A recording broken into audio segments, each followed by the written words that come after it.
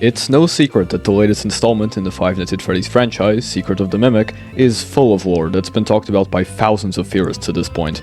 The game's been out for about a month by now, and even though I and my theorist friends thought all the lore this game had to offer was explored, we were very much wrong, because I found one singular room that has the potential to break the entire timeline of Secret of the Mimic, and reveal to us what the canon ending really was, as well as how we were wrong all along. I'm WitheredCircle. This is the detail that breaks Secret of the Mimic's timeline. To begin with, I need to set the stage. What's the basic lore rundown of Secret of the Mimic, and how does this game choose to tell its story? Secret of the Mimic is set in the year 1979, with Fazbear Entertainment, a successful business centered in Hurricane, Utah, having a profitable collaboration with Murray's Costume Manor, a costume and technology factory, for many years. However, MCM's owner, Edwin Murray, mysteriously went missing after some disagreements with Fazbear's founders, and the company sends Arnold, Fazbear technician, to retrieve the schematics for an animatronic called the Mimic by upgrading his data diver, a system used to access the facility, to reach the executive permission and Murray's office. If you want a full breakdown of the game's lore, I made a video about it that you could check out, but for now, I want to focus on the detail I found. Secret of the Mimic tells its story in a much more straightforward way than the previous FNAF games. It's got its cryptic messages and clues, sure, but a lot of the story is told to us straight up, with some of the more obscure story beats being extremely hidden, like we're used to. This detail is one that no other theorist has brought up yet. Something so strange that I couldn't fully wrap my head around it when I first found it. And that discovery revolves around the information we find in one singular room, the MCM Returns Office. In the main hall area, which is basically the second main hub of the game, there's a series of employees-only rooms that are only accessible with later upgrades to your data diver, as is normal with the game. But one room that no one ever talks about is the Returns Room. It's a seemingly small room off to the corner of the main hall. It requires admin permissions, unusually high for such a small side room, and inside are a text log machine and an audio cassette. The contents of the text log are pretty simple. Reading, "Dear Mr. Murray, the returns are overflowing. The orders are drying up. Please advise." I don't know about Edwin, but I'd personally advise you to subscribe because the theories are overflowing and the motivation is drying up. Anyway, the audio cassette found in this room, on the other hand, is pretty interesting. In it, we hear Edwin Murray, the CEO of Murray's Costume Manor, complaining about someone treating him like a simple contractor. What the hell was that? They treat me like some contractor to crack a whip at. Oh, Fiona was right. They don't think of me as a friend anymore. This is the last project I ever do for them. The people Edwin is referring to in this tape are pretty clearly William Afton and Henry Emily. Through a series of audio and text logs scattered across the facility, we find out that over the years, they've been stealing information and technology from Edwin, with William being the mastermind that resulted in the collapse of the Costume Manor, with its employees moving over to Fazbear Entertainment. This is important for reasons I'll get to later. Looking to this box found next to the audio cassette, we see a shipping label marked Fazbear Entertainment Products. Lower down, written in barely legible blurred text, is what seems to be Fazbear F Anniversary, although I'm not sure what that last word is. Overall, this room has several very strong links to Fazbear Entertainment that I'll talk about more in a bit. But this is only the surface level of what we find in this room. Next to the entrance is a desk, presumably one to file return forms, as suggested by the ridiculous amount of folders scattered across the office. If you look at the other side, you see that this desk belonged to an employee called Rodney. While most of the MCM employees are mentioned in at least one of the logs across the factory, this is the only time we ever hear of him. And if you look at the desk, things start getting weird. On the far left, on top of a crumpled pile of papers, is an orange mushroom man, one of the 4 collectible toys from Murray's Mycelium Man collection. The reason I call this out is because the orange Mycelium Man is specifically the one we see in the ad for the product, with David Murray, Edwin's son, being shown playing with it. This orange Mycelium Man is also the one found in the security office Arnold uses. Beside the doll is an MCM memo scribbled out with "not to be trusted" angrily scrawled on the side. Combining this with what we learned in the audio log makes it pretty clear it's referring to Fazbear Entertainment.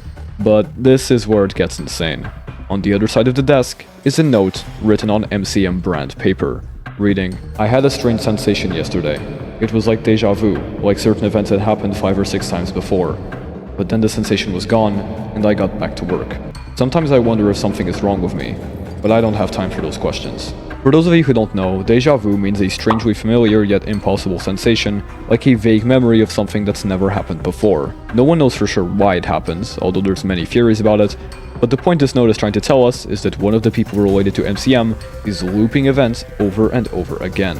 Déjà vu normally happens once or twice at most, and 5 to 6 times is starting to look a bit suspicious. So, I looked deeper, and the answer to the note is right across the desk, a Fazbear Entertainment notebook detailing a job at MCM to retrieve the Mimic schematics. The notebook details the amount of money paid for completing it, $30 US, and some of the expenses and details given about the job. But here's where it gets weird. If you think this particular notebook looks familiar, you're right. Looking to the corner, you'll see that it's dated 7th of September 1979, and written in the employee signature slot is Arnie, our player's name. In fact, this notebook appears in the first ever area of the game in Arnold's van where we get the data diver. And before you say this is a simple reused asset, it's not. This notebook only appears in 2 points in the game, not counting the van. This returns office and the administrative wing, both areas locked behind an admin pass. The second appearance even has a unique note on it. Don't forget, meeting at 2 on Monday. So clearly, not only does Arnold have something to do with MCM's past, but also to its admins. While it might seem like nothing but a weird coincidence at first, if you couple this detail with the déjà vu note found right next to it, the returns room starts telling a dark story. It seems Arnold's been here more than once, like he's returned to Murray's costume manor more than once, like the name of the room suggests. What if it was Arnold that wrote that note? After all, both the notebook and the message are right next to each other, and both are written in pencil, with a blue pencil lying right in between both of them on the desk. In some way, it seems that Arnold wrote both of them. Need proof? Don't worry, I've got you covered. There's more. At the very beginning of the game, as Arnold drives towards Murray's costume manor, he tells dispatch that he just finished a 36-hour shift and I'm struggling to stay awake. Frankly, I tried to tell my manager that I can't work like this anymore. We never find out what this shift was, as it's too early to be a shift at Freddy's, and a 36-hour shift at Fredbear seems a bit extra. Divide 36 hours by the 6 a classic FNAF night shift takes, and you get 6 nights, the same number that's shown on the déjà vu note, like certain events had happened 5 or 6 times before. In order to get the true ending of the game, you need to start a New Game Plus save and replay the game with the collectibles you've already collected, effectively making Arnold return to Murray's for another shift, despite him having already gone there. Obviously, this should be impossible. But what if it isn't? What if Secret of the Mimic isn't a one-time trip for Arnold? What if he's stuck reliving the same events over and over again? This wouldn't be the first time we've seen a FNAF game or story lean into the idea of a time loop. The Into the Pit game and its associated adaptations are heavily implied to be a loop that the main protagonist, Oswald, is living through, caused by the agony found inside the ball pit. This agony, created by the missing children incident, makes Oswald think he's interacting with the past and present, picking up items from the past and bringing them to the future, as well as opening doors between both realities. Wait, isn't this exactly what Arnold does in Secret of the Mimic's New Game Plus? Well, you're not gonna like this, but I think Secret of the Mimic is tied to an elaborate time loop that Arnold is experiencing over and over again. And aside from what I said earlier, there's proof. Something that I always found weird about Secret of the Mimic is that Fazbear Entertainment tasks us with deactivating the Mimic endoskeleton and retrieving it, and Dispatch even hammers this in when we make it into the facility. We'll be working on some ideas on how to neutralize this rogue endoskeleton, but in the meantime, just try to be quiet, careful, and focused on the task at hand. We think that endoskeleton has a lot of potential, and that's why we want you to retrieve Murray's original schematic for it.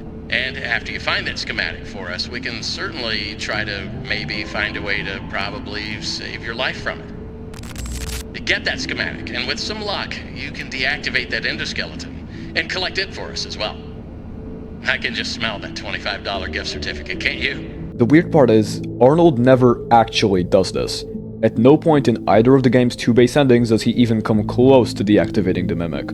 Both times it sneaks up on him and kills him. But there's one ending where Arnold does succeed in deactivating the Mimic. The storytime ending that can only be achieved with the New Game Plus mode, making Arnold loop the events of Secret of the Mimic.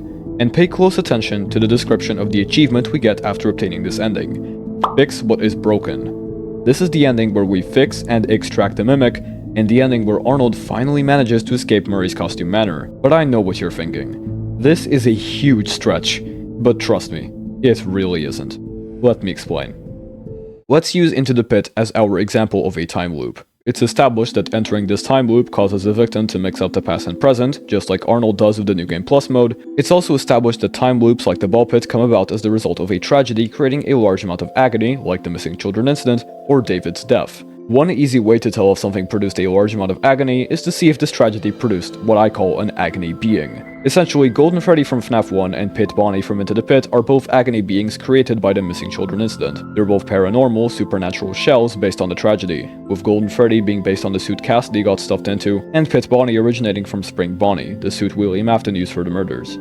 But I digress. Does Murray's costume Manor have any direct agony being in it? Well, it does. The White Tiger. Towards the latter half of the game, we face off against the White Tiger mascot suit numerous times. Anyway, so that's difficult because how the hell am I gonna get back? Whoa! Cat. Throughout all those encounters, it's made pretty clear that the tiger can teleport, contort itself into unnatural shapes, and cause visual and auditory hallucinations.